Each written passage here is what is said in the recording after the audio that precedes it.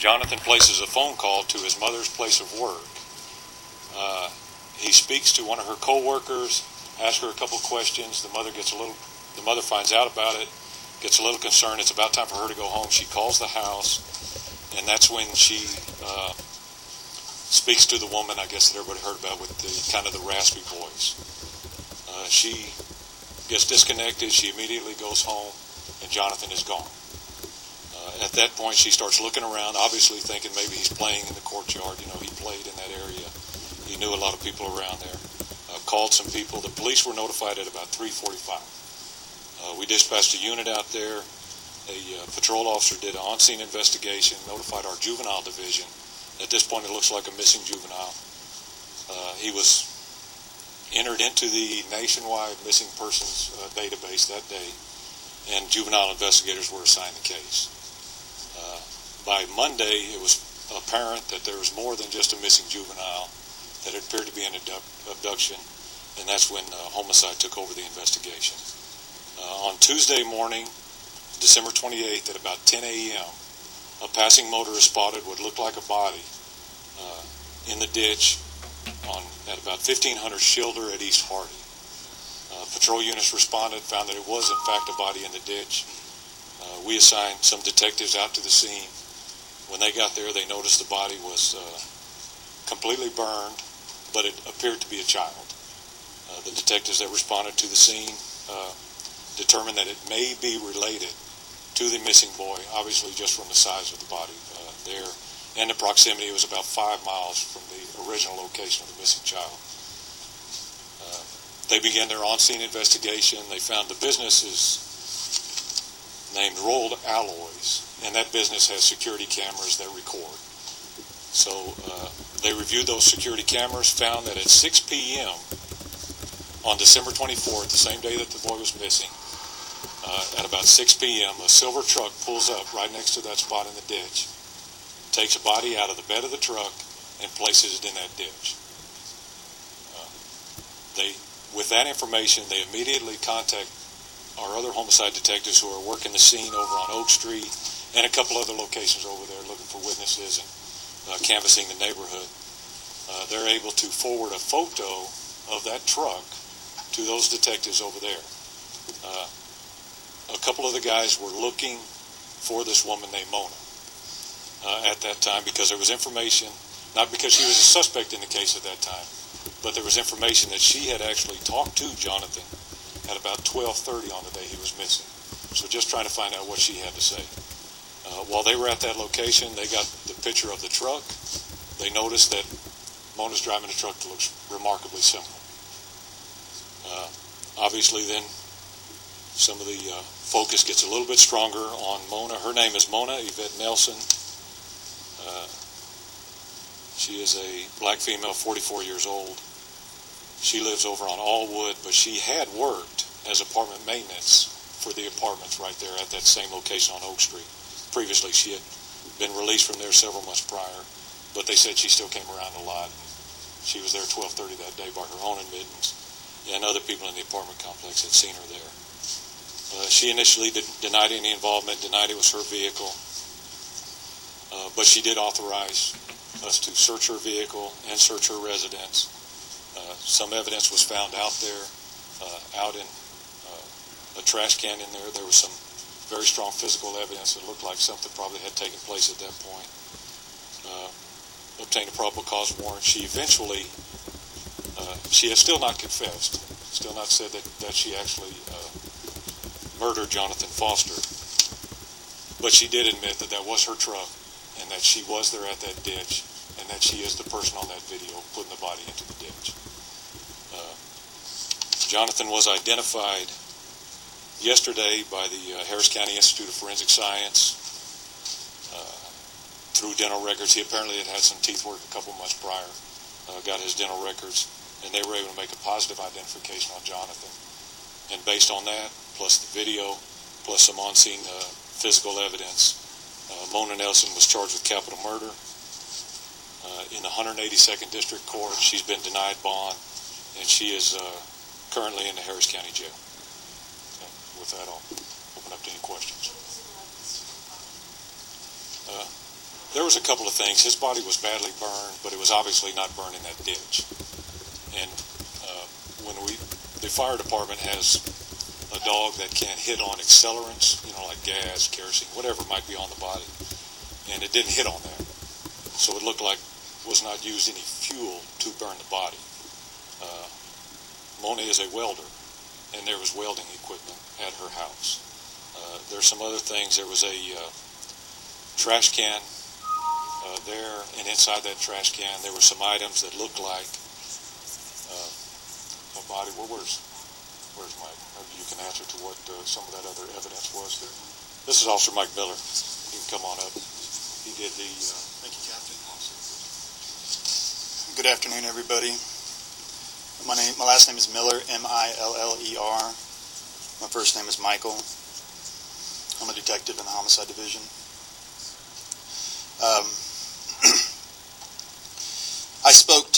I was one of the detectives to interview Mona Nelson, and I can tell you she is a cold, soulless murderer who showed an absolute lack of remorse in taking the life of Jonathan Foster.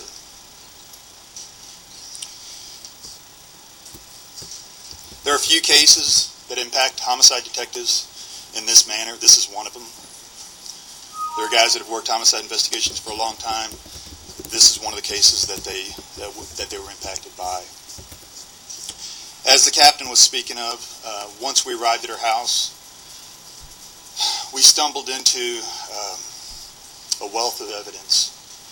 Evidence that showed that Jonathan's body was burned at the residence. Evidence that showed perhaps the items that he was burned with. Evidence that had us fairly shaken up and collecting it. There was a lot of detectives that helped work on this case, and of course our thanks go out to them, as well as the support we've gotten from nearby agencies. We took all that evidence that we obtained from her house, as well as the videotape evidence and the interviews of her.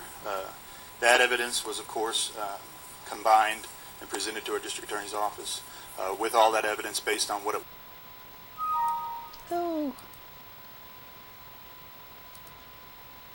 Timed out. Oh. Evidence based on what it was, and the capital murder charges were taken against her.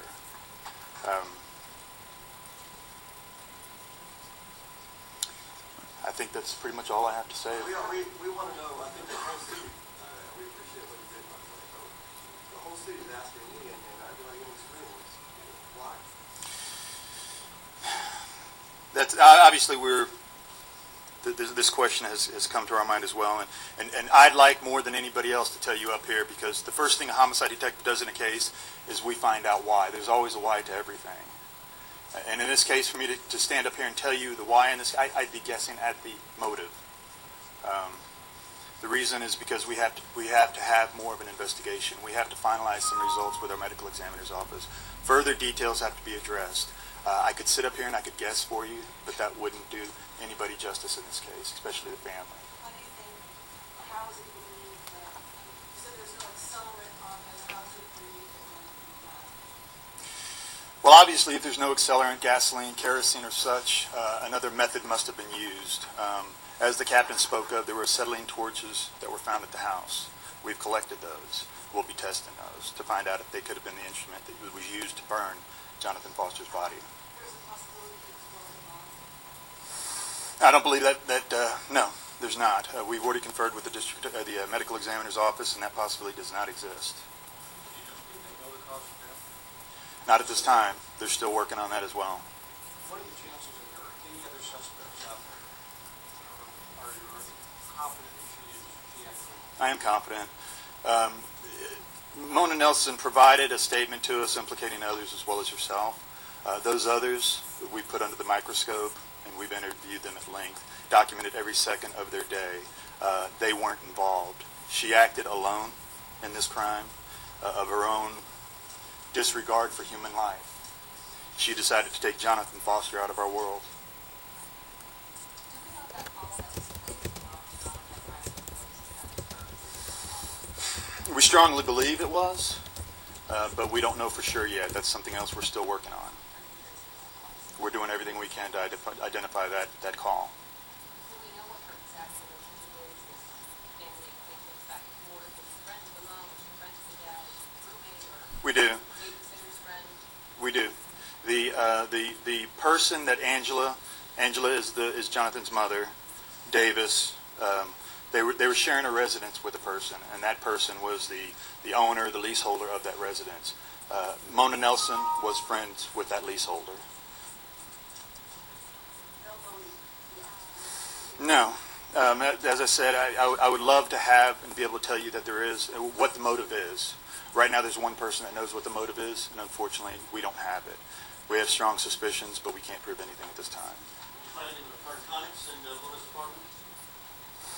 No, we do not. You said you believe at this time Mona acted, someone else acted alone. Is your investigation continuing for the possibility of Mona's suspect? Of course. It's continuing for more than just that. If something were to come to light, we would certainly act on it. At this time, though, we strongly believe that she acted alone.